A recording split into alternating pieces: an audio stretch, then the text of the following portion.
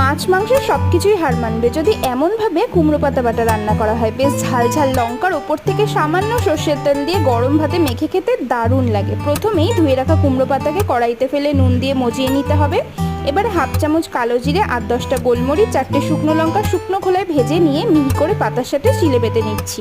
তোমরা চাইলে কিন্তু এখানে মিক্সিতেও পেস্ট করে নিতে পারো, তবে এসব ক্ষেত্রে হাতে বেটে নিলেই কিন্তু এর আসল স্বাদ পাওয়া যাবে, কেননা শিলে বাটা মশলা ভীষণ মিহিভাবে পেস্ট হয়ে যায়, তাই মুখে দিলে কোনো রকম বালি বালি ভাব থাকে না।